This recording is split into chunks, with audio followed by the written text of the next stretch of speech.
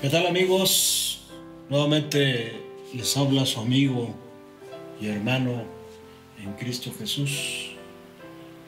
Estamos saludando de aquí desde el distrito de Pisaco, Tlaxcala, en este día jueves 8 de abril del año 2021. Y estamos grabando este audio con el propósito de que, en primer lugar, cumplamos con el mandamiento que Dios, mediante Cristo, nos dice que, por tanto, hagamos discípulos, ¿verdad? Toda nación, raza y pueblo, y bautizándolos en el nombre del Padre, del Hijo y del Espíritu Santo, ¿verdad? Así que vamos a cumplir eso a través de este programa de escuela sabática que la Iglesia Adventista del Séptimo Día tiene como un gran don de parte de Dios. Y estamos estudiando la promesa, el pacto eterno de Dios. Y en esta ocasión vamos a estudiar la lección por los siglos perpetuos. Por los siglos perpetuos. Es la lección número 3 para el 17 de abril del año 2021. Así que antes de iniciar, como siempre, antes de abrir la palabra de Dios, el libro sagrado, la Santa Biblia, ¿sí? El libro de libros, quiero invitarles para que ahí donde estén me acompañen a tener una palabra de oración. Así que les invito humildemente, ¿sí?, a que cierren sus ojos, inclinen su rostro en señal de reverencia a nuestro Padre eterno.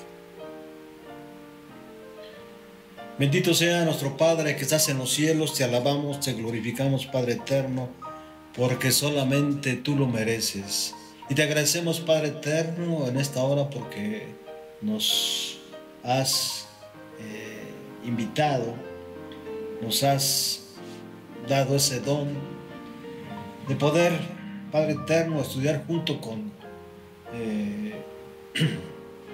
algunos amigos y hermanos a través de este medio que es el internet, en este canal Estudiando el Verbo, que podamos estudiar tu palabra, que podamos meditar en ella, que podamos, Padre eterno, crecer en la fe.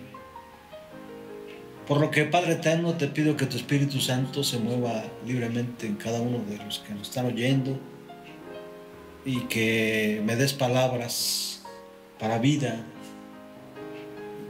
de vida y para vida eterna. Gracias por escucharnos. Quita todo ruido de nuestra mente en esta hora para que podamos escuchar tu palabra, Señor. Gracias por entendernos. Perdona nuestros pecados, porque en Cristo Jesús te lo suplicamos humildemente. Amén. La lección, dijimos, es que por los siglos perpetuos. No sé, yo creo que la historia de Noé nos llena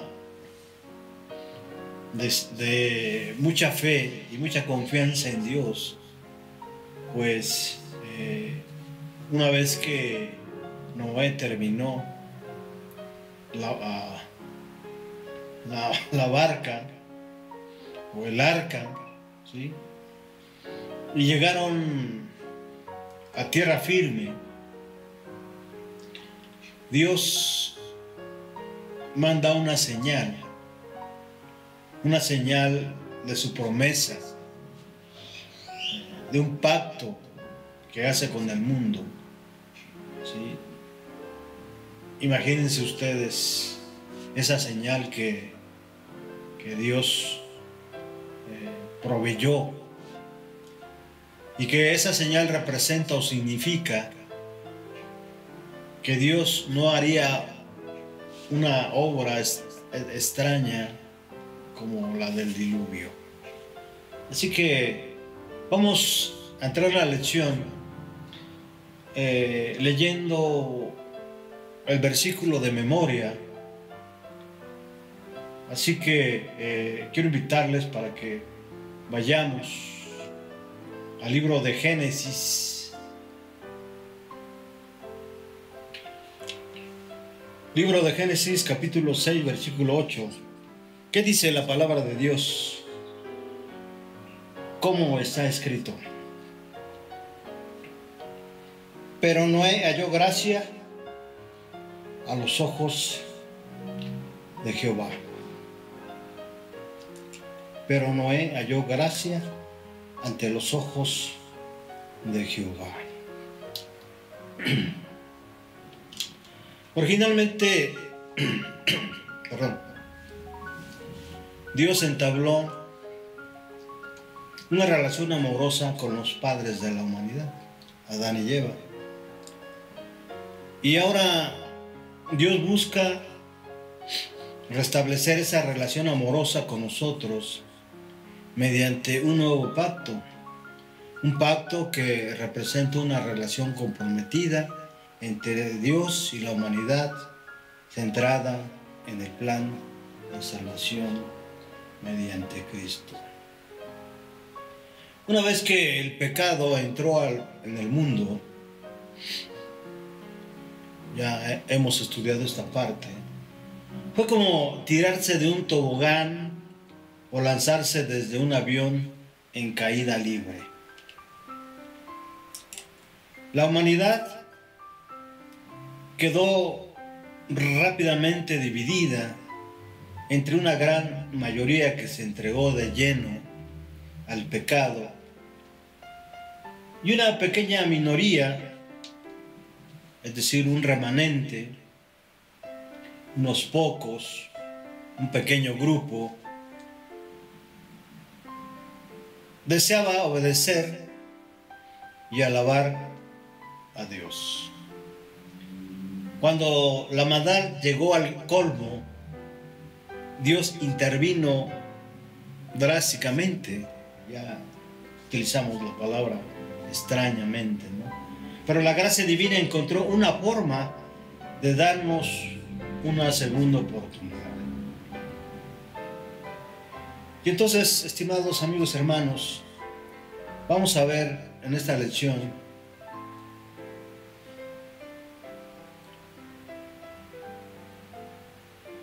tres puntos o tres aspectos que nos van a ayudar a entender el título de esta lección: por los siglos perpetuos, ¿no? Nos van a ayudar a entender esta lección de una manera clara, ¿no? De una manera clara. Por los siglos perpetuos. Y vamos a ver como primer punto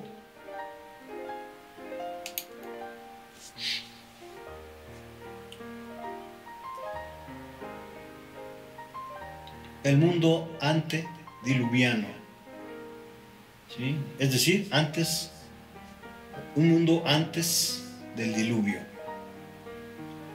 en la que el hombre pensaba solamente en el mal. Y dentro de ese mundo antediluviano había un hombre, un varón justo. Y el segundo punto es los pactos de Dios. Vamos a ver el pacto con Noé y el pacto con todo ser viviente. Y por último, vamos a ver el remanente. Así que vamos, como parte de la introducción de este tema, ¿verdad? Quiero que tengamos muy en cuenta esto. Para eso vamos a requerir que ustedes y yo tengamos la Biblia ahí a la mano, porque vamos a estar citando varios textos de la Biblia. Vamos a ver qué ocurrió, ¿no? ¿Qué ocurrió? Que la maldad de los hombres era muy grande.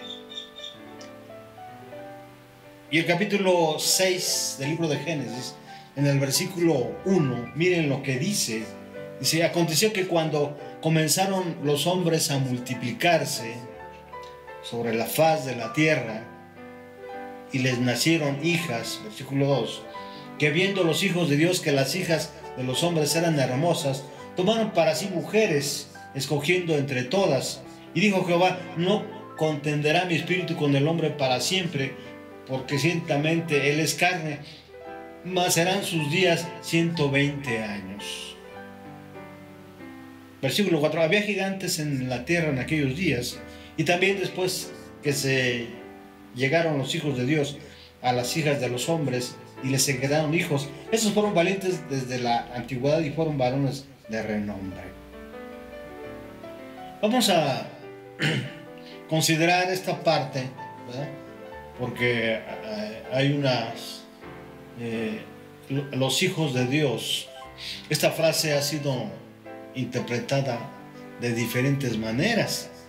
Algunos antiguos comentadores judíos, los primeros padres de la iglesia y muchos expositores modernos han pensado que estos hijos fueron ángeles y los compararon con los hijos de Dios. De acuerdo a lo que dice Job 1:6, Job 2:1 y Job 38:7. Debe rechazarse este punto de vista, porque el castigo que pronto sobrevendría se debió a los pecados de seres. Parece sugerir que predominaba la poligamia, ¿verdad? Así que con esta parte introductiva del primer punto, ¿sí? Que tiene que ver con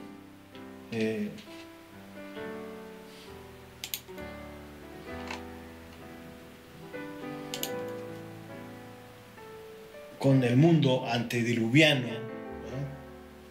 Mundo antediluviano. Vamos entonces a ver lo que dice la palabra acerca de cómo es que los hombres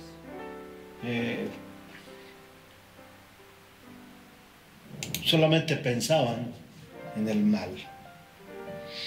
Solamente, ¿qué dice Génesis 6:5?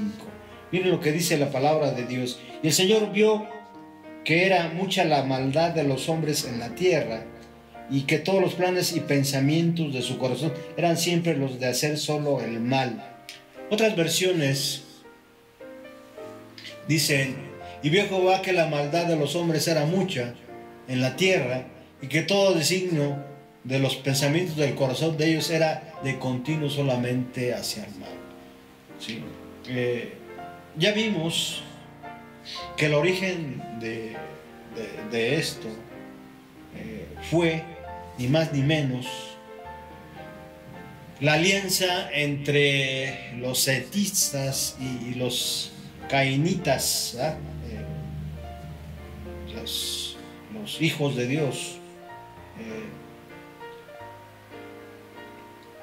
Vieron en las mujeres las mujeres, las hijas de los hombres, ¿sí? Se sintieron atraídos los hijos de Dios con las hijas de los hombres, ¿sí? Y estas alianzas llevaron a todo pensamiento del corazón del hombre de continuo solamente hacia el mal.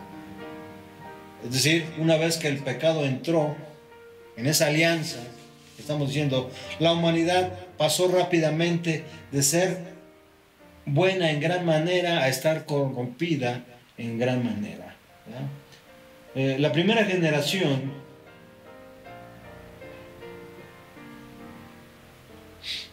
era una generación que tenía temor de Dios. Después de la entrada del pecado, había desconfianza mutua pero también había autojustificación. En el caso de Adán y Eva, Eva dijo, bueno, la serpiente que tú creaste me engañó. En el caso de Adán, también se autojustificó diciendo, la mujer que tú me diste, me dio y yo comí del árbol que tú nos habías dicho que no comiéramos. Esa es la primera generación. La segunda generación se encuentra ahí en el capítulo 4, versículo 8, donde dice, dijo entonces Caín a su hermano Abel, vayamos al campo, y sucedió que mientras estaban ellos en el campo, Caín se levantó contra su hermano Abel y lo mató. En la segunda generación ya hubo una rebelión abierta contra Dios, y el primer asesinato se dio porque Caín dio muerte a su hermano. La causa era de que ya en ese entonces, como había entrado al pecado en el hombre, su mente sin duda se había corrompido en gran manera, ¿verdad? Y de ahí nos saltamos hasta la séptima generación, en Génesis 4:23, ¿qué dice la palabra de Dios?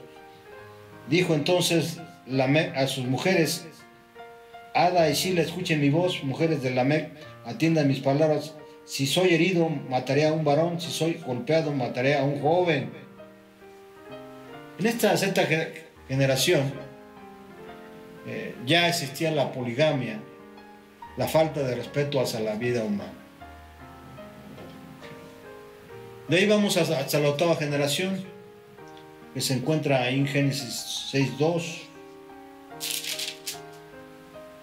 Y sucedió que los hijos de Dios vieron que las hijas de los hombres eran hermosas, entonces tomaron mujeres para sí y las escogieron de entre ellas, ¿verdad?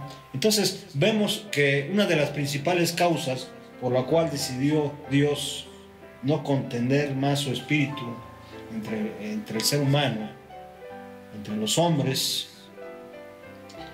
fue por la alianza entre los setistas, es decir, los hijos de Dios, con las cainitas, es decir, las hijas de Caín, ¿verdad? Esta generación se caracteriza porque los siervos de Dios se mezclan con los pecadores y hay violencia sin límite, ¿verdad?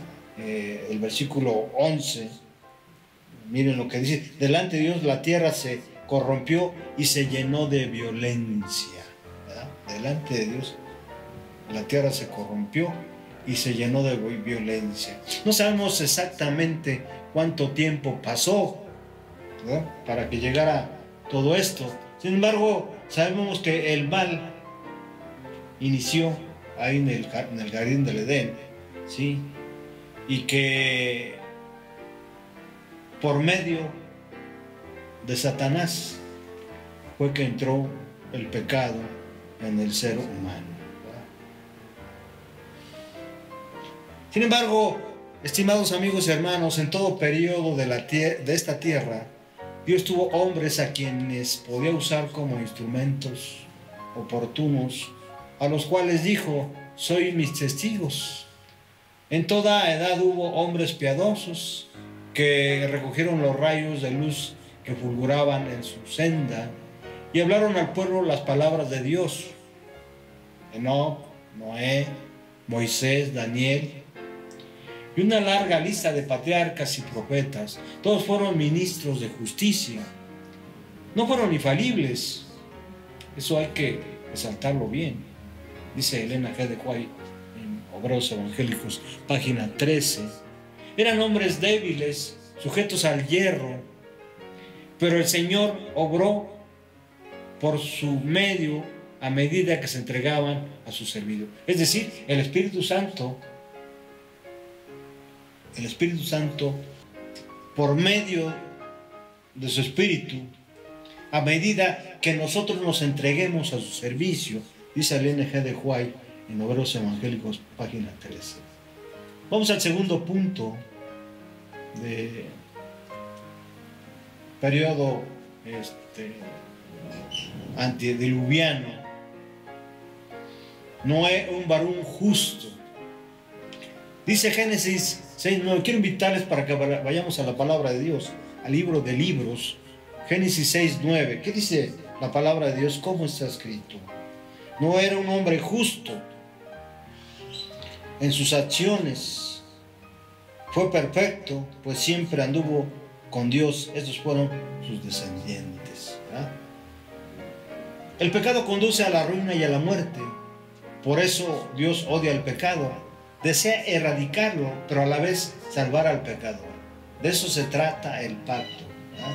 Cuando examinó la maldad reinante en el mundo, Dios observó que una gran parte de la humanidad había llegado a tal grado de maldad y rebelión que ya no escuchaban la voz del Espíritu Santo, ¿verdad? Sin embargo, eso no estaba todo perdido. Había algunos que todavía escuchaban y deseaban servir a Dios. Entre ellos destacaba Noé, una persona justa y perfecta ante Dios. Pero observemos que toda su justicia no podía librarlo de la sentencia divina. ¿Qué dice Génesis 6:8? Pero Noé halló gracia a los ojos de Dios, ¿verdad? Fue por gracia de Dios que entró en pacto con Noé, ¿verdad? Fue por la gracia de Dios que entró en pacto con Noé. Es decir, Dios,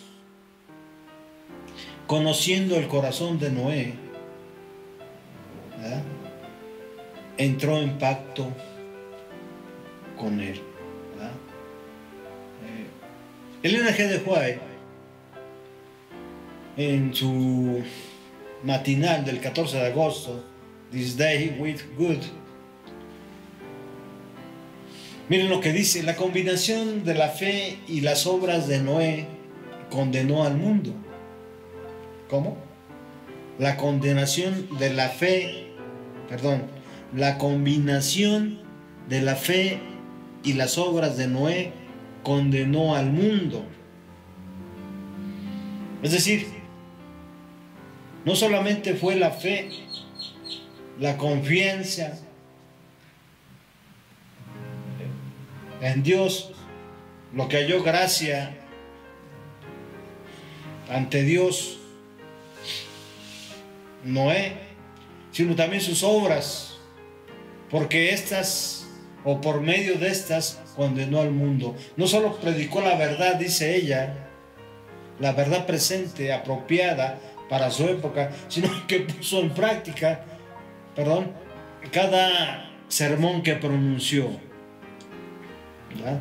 Y aunque nunca hubiera elevado su voz para formular sus amonestaciones, sus obras, su carácter santo, en medio de los corruptos e impíos, habrían sido sermones condenatorios para los incrédulos y disolutos de aquella época.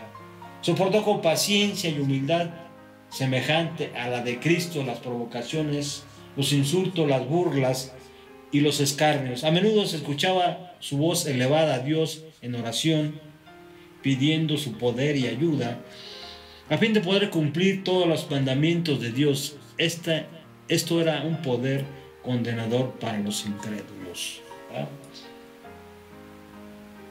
Debemos de considerar esta cita muy en serio, ¿verdad? Hay varios aspectos, varias características de Noé que deberíamos nosotros asumir en nuestra vida cristiana, ¿verdad? Una de ellas es la paciencia y la humildad, ¿verdad? Semejantes a Cristo, porque esto le ayudó a soportar las provocaciones, los insultos y las burlas, los escarnios. Otro aspecto que es importante es la oración. Noé necesitó poder para poder cumplir todos los mandamientos de Dios. ¿Sí? Y este poder, sin duda, dice Elena G. de White, condenó a los incrédulos.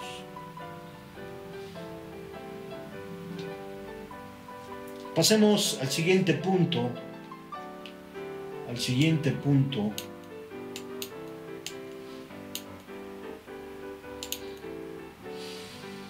Los pactos de Dios. Los pactos de Dios. En ese punto vamos a ver dos aspectos: el pacto con Noé y el pacto con todo ser viviente.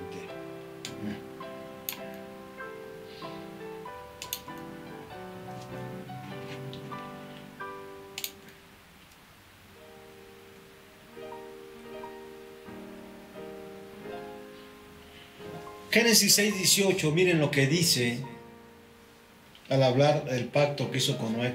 Mas estableceré mi pacto contigo y entrarás en el arca tú y tus hijos, tu mujer y las mujeres de tus hijos.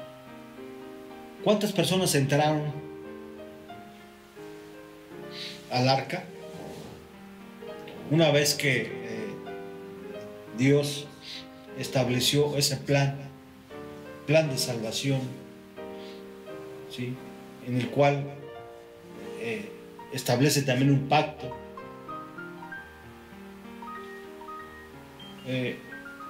Noé, su mujer, son 2. Sus hijos son 3, 5. Y 3 mujeres de sus hijos, son 8 personas las que entraron junto a una serie de seres, de animalitos que Dios ordenó a Noé que entraran, ¿verdad? Al igual que un marinero arroja un salvavidas a un náufrago, Dios auxilió a Noé haciendo un pacto con él. Ese pacto consistía: si me obedeces, haces una arca y entras en ella, te salvaré a ti y a tu familia. Interesante, ¿no? ¿Cuánto tiempo tardó Noé haciendo esa arca? 120 años, ¿verdad? Aquí podemos ver la gracia en acción. ¿Quién es el que toma la iniciativa? ¿Por qué? Porque el mundo estaba sumido en ¿qué? En un caos tremendo. Todas las acciones del hombre y pensamientos eran de continuo hacia el mal. Y Dios toma la iniciativa y se dirige a Noé, un varón perfecto y recto, ¿verdad? Un varón que deseaba hacer la voluntad de Dios. Y entonces Dios toma la iniciativa de salvar a Noé sin que éste haga nada por merecerlo, ¿verdad? Aunque era un varón recto y perfecto, aún así no se merecía la salvación. Pero Dios halló gracia en Noé, ¿verdad? Nos dice la palabra de Dios. Dios no se beneficia con este pacto, sin embargo, si Noé rompe el pacto, lo pierde todo, ¿verdad? Como el marinero, Dios anhela la salvación del que naufraga en el pecado. Por eso nos ofrece su pacto y nos pide que entremos en el arca de la salvación. Esa arca hoy en día es en forma de cruz. Pasemos a la segunda parte de los pactos. Génesis 9:13, vamos rápidamente. ¿Qué dice la palabra de Dios? He puesto mi arco en las nubes, el cual servirá como señal de mi pacto con la tierra. Este es el punto central de la lección, sin duda. ¿Verdad? Porque en este pacto se cumple el pacto perpetuo por las eternidades, ¿verdad? Un pacto con todo ser viviente. Mi arco he puesto en las nubes, el cual será por señal del pacto entre mí y la tierra. Hoy en día podemos seguir viendo esa señal, ese arco que Dios pone en las nubes, el cual es señal del pacto entre Dios y la humanidad, de acuerdo a Génesis 9:3. El pacto eterno implica la aceptación de unas condiciones por parte del hombre, ¿verdad? Por parte del hombre. No quiero utilizar de manera constante, ¿sí? El concepto ser humano, porque como he venido diciendo, hoy se utiliza mucho, ¿sí?, para aceptar la diversidad de géneros que hoy están de moda dentro de nuestra sociedad. El hombre,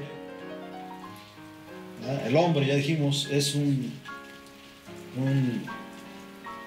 concepto genérico para referirnos al hombre y a la mujer. El hombre debe querer entrar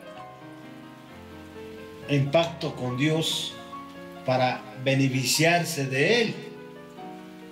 ¿Ya? El hombre debe querer entrar en pacto con Dios para beneficiarse de Él. Hoy en día hay mucha gente que rechaza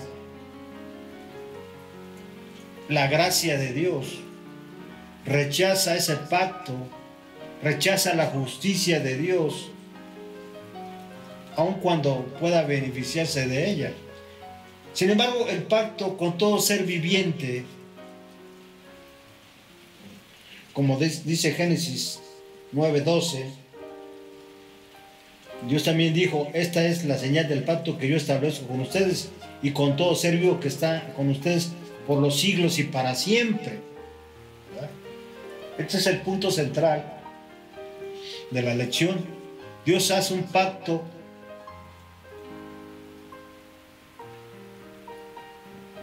por los siglos y para siempre, un pacto perpetuo, ¿sí?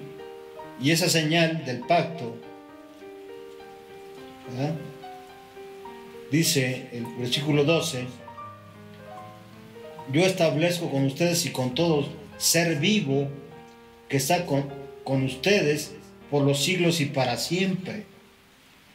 Sin embargo, el pacto con todo ser viviente es distinto, va más allá de la humanidad, extendiéndose a toda criatura animada. Es decir, aparte, Dios está considerando no solamente al hombre, sino también a todo animal, ¿verdad?, a todos los seres creados por Él. Y no hay que hacer nada para beneficiarse de este pacto. Simplemente Dios se compromete a no enviar de nuevo un diluvio universal. Un diluvio universal, ¿verdad? Y este compromiso lo publica a lo grande. Junto a la lluvia desconocida hasta entonces, Dios coloca la refracción de la luz necesaria para dibujar imponentes arcos de colores, o lo que hoy conocemos como arcoíris. Este es un pacto único, inquebrantable, cuya señal perdurará mientras perdure la tierra. Por último, estimados amigos y hermanos, vamos a ver el último punto de la lección: el remanente. ¿Qué dice la palabra en Génesis 7:23? Génesis 7:23 dice: y fueron borrados de la faz de la tierra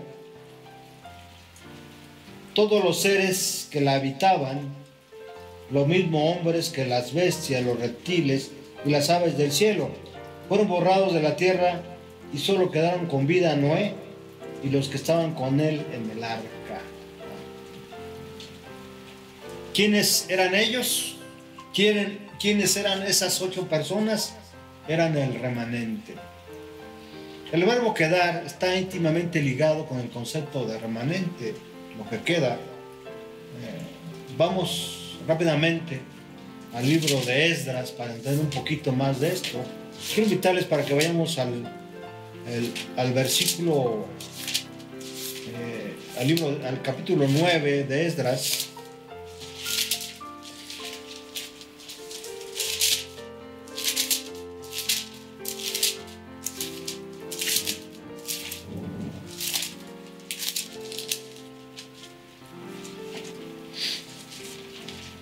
Vamos rápidamente al libro de Esdras.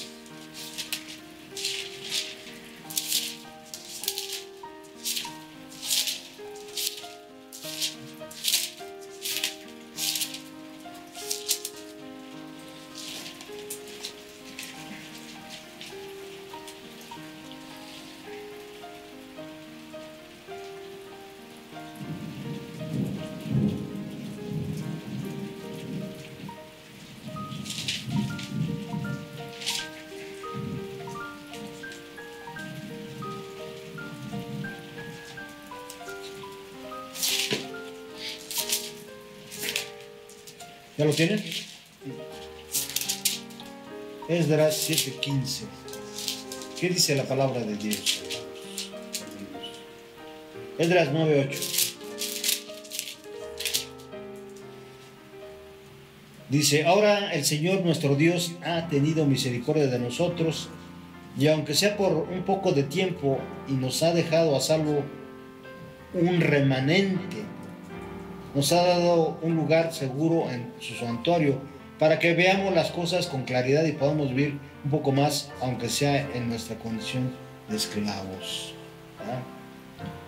En la Biblia se utiliza en varias partes de la Biblia la palabra remanente para referirse a un grupo de siervos de Dios, a un grupo de hombres y mujeres consagrados, apartados, que hacen la voluntad de Dios. Por ejemplo, en Isaías 4:3, en Jeremías 42:2, en Ezequiel 14:22, en Zacarías 9:7 y en Romanos 11:5. Dios juzgó al mundo antediluviano y lo condenó a ser destruido por su maldad, pero hizo un pacto con el remanente, aquellos que estaban dispuestos a escuchar a Dios y a su pregonero de justicia. ¿Verdad? Vamos a 2 de Pedro 2:5 para ver quién es ese pregonero de justicia. 2 de Pedro 2:5.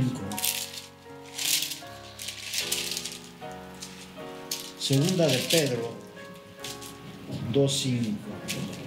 Dice: y tampoco perdonó al mundo antiguo, sino que protegió a Noé, quien proclamó la justicia, y a otras 7 personas, y luego envió el diluvio sobre el mundo de los impíos. ¿Quién era ese pregonero de justicia? Noé. ¿Quién era ese remanente? Noé y otros 7 personas más, ¿verdad? Su esposa, sus 3 hijos y sus 3 mujeres de sus hijos. En ese tiempo, nuevamente Dios estaba juzgando al mundo. Su pacto sigue abierto para todo aquel que quiera aceptarlo. Aún hay una manada pequeña, un remanente fiel. No son mejores que otros, simplemente aman a Dios y aceptan su gracia. Y la pregunta es: ¿eres tú parte de él? ¿Sí o no? Ojalá y sí. Elena G. de White, en su matinal Alza tus ojos del 15 de marzo, miren lo que dice: ahora como entonces, antes del diluvio, antes de la gran destrucción del mundo por medio del fuego, se ha concedido un periodo de prueba y de gracia. Se da a los hombres la oportunidad de mostrar si serán o no leales a Dios. Como testigo de Dios tenemos un mensaje que llevar a todo el mundo. El Señor tiene muchos hijos que nunca escucharon la verdad para este tiempo. Los siervos de Dios deben de darle la advertencia final. Es digno de tomar en cuenta de esta cita, ¿sí?, que el espíritu de profecía, el don profético, nos advierte de que ya hubo una vez por parte de Dios la destrucción de la humanidad, y que fue por lluvia, y que en un futuro, cuando se termine o lleguemos al final de la gracia, ¿no?, cuando se termine la gracia de Dios, o se cierre las puertas de la gracia de Dios, vendrá otra extraña obra de parte de Dios, pero ahora será por medio del fuego. Y nos dice Elena G. de White que todos, hombres y mujeres, tenemos la oportunidad de demostrar a Dios si somos leales o no. Si somos leales, tenemos que ser testigos de Dios. Tenemos que dar un mensaje a todo el mundo. ¿Cuál es ese mensaje que debemos de dar? Quiero invitarles para que vayamos rápidamente al libro de Apocalipsis, al versículo 6, en el capítulo 14 de Apocalipsis. Dice: luego vi otro ángel, el cual volaba en medio del cielo. Tenía el evangelio eterno para predicarlo a los habitantes de la tierra, es decir, a toda nación, raza, lengua y pueblo. ¿Quién es ese ángel? Ángel tiene dos significados. Uno es mensajero, y en el caso de esta cita en Apocalipsis 14:6 se refiere como ángel a una iglesia, que es un remanente, ¿verdad? Si nosotros vamos rápidamente a Apocalipsis 12:17, podemos ver las características de ese remanente, de esa iglesia. Miren lo que dice Apocalipsis 12:17. Entonces el dragón se llenó de ira contra la mujer. Una mujer en profecía significa iglesia. Y se fue a luchar contra el resto de sus descendientes, es decir, contra el remanente del pueblo de Dios. Ese remanente, dice Apocalipsis 12:17, tiene algunas características. Dice: contra los que obedecen los mandamientos de Dios. Primera característica. Y tienen el testimonio de Jesucristo. Vemos aquí dos características, ¿verdad? Los que obedecen los mandamientos de Dios y tienen el testimonio de Jesucristo. ¿Qué es el testimonio de Jesucristo? Vamos perdón. Apocalipsis 19, ¿verdad? Versículo 10. Miren lo que dice: yo me postré a sus pies para adorarle, pero él me dijo: no hagas eso, yo soy consiervo tuyo y de tus hermanos los que retienen el testimonio. Otras versiones dice: y de tus hermanos los profetas, los que retienen el testimonio de Jesús. adora a Dios, pues el testimonio de Jesús es el espíritu de la profecía. ¿Sí? El espíritu de la profecía. ¿Sí? Si una iglesia tiene el testimonio de Jesucristo, es decir, si tiene el espíritu de profecía y guarda los mandamientos, estamos hablando, ¿sí?, de un pueblo remanente de Dios, y un pueblo que hace la voluntad de Dios, que es leal a Dios, ¿verdad?